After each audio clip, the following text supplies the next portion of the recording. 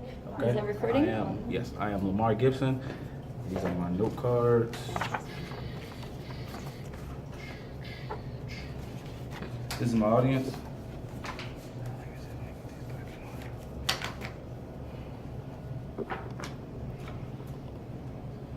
Imagine you're living in a country.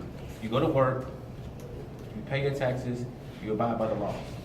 You turn on your TV, and a man who is campaigning to be a leader of the next free world singles you out, saying that you're a criminal, that you're an animal, bloviating about how local law enforcement is going to hunt you down. Now imagine that in that same country, a haven that protects you. I'm Lamar Gibson. I've been in law enforcement for 7 years. I've done research, we've gone to classes, emails, everything. So I'm pretty knowledgeable in this. I know many of you know people who have migrated to this country, whether you work with them, you go to school, or you just associate with them, but you don't know the plight of these people. Well, let's take a look at the history of immigration in this country.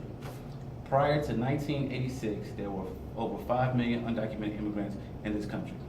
In 1986, President Ronald Reagan signed into law the Immigration Reform and Control Act.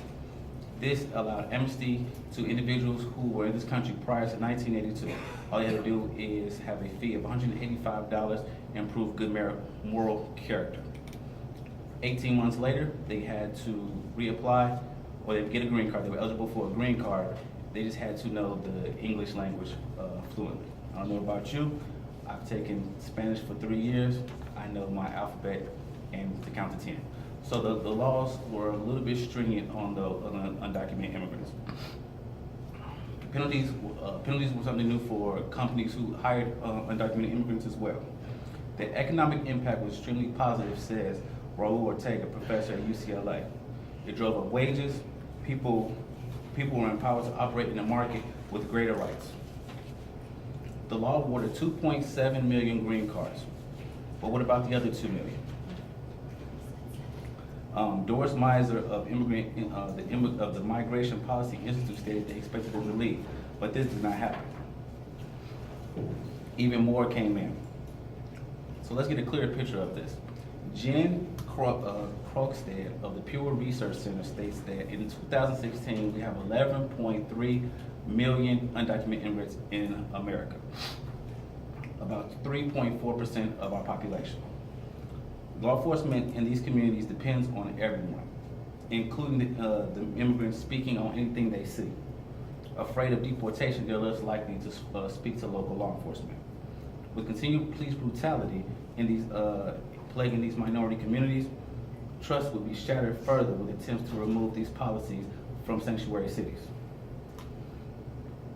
According to the Cato study, from the ages of 18 to 54, undocumented immigrants commit 0.85% of the crimes in the United States, as opposed to natural-born citizens who commit 1.5%. To put that in layman's terms, that's 2 million for natural-born citizens, as opposed to 123,000 for undocumented immigrants.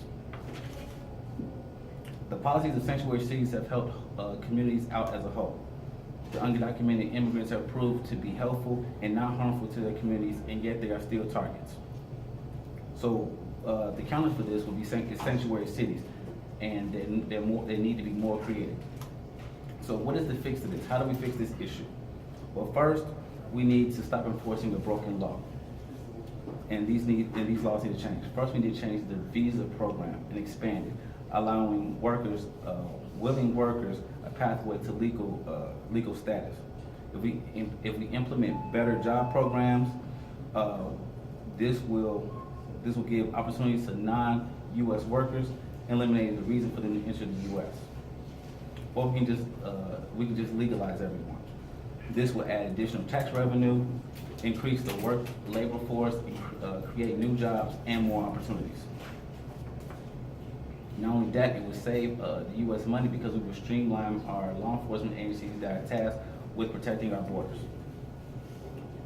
So now I explained how helpful undocumented immigrants can be, in these sanctuary cities and how these policies help us grow, let's touch on the negative effects of being deported from this country. In an interview by CNN, Casey Wynn in 2002 did a documentary entitled "Good Students: Illegal Immigrant Life," which tells the story of Angelica Hernandez, who was trying to go to college, unable to get her scholarships because under Arizona law, undocumented immigrants are unable to get benefits. Not only that, something as simple as a driver's license was not within her reach.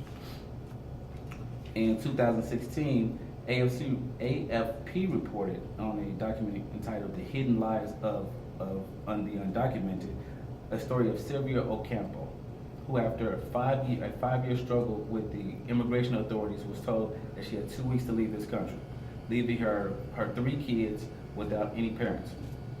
Now her 21-year-old son must take care of his 2 younger siblings.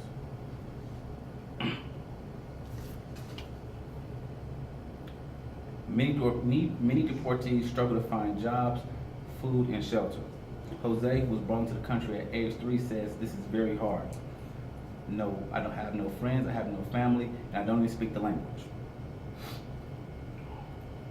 As of 2018, there are 7 states, 18 cities passing protection policies on undocumented immigrants. We know that they are hardworking, law-abiding, and they even pay their taxes.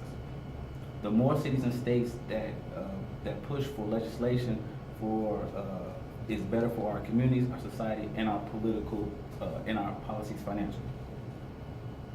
I implore you to take this information you've heard today and use it to help our elected officials see that we will not stand for this brutality.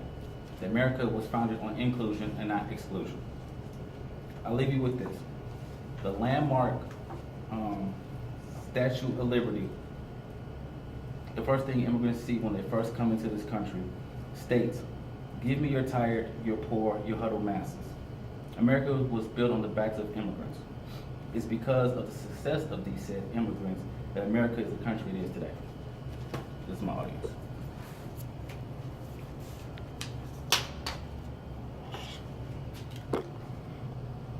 Oh, I did this fast enough.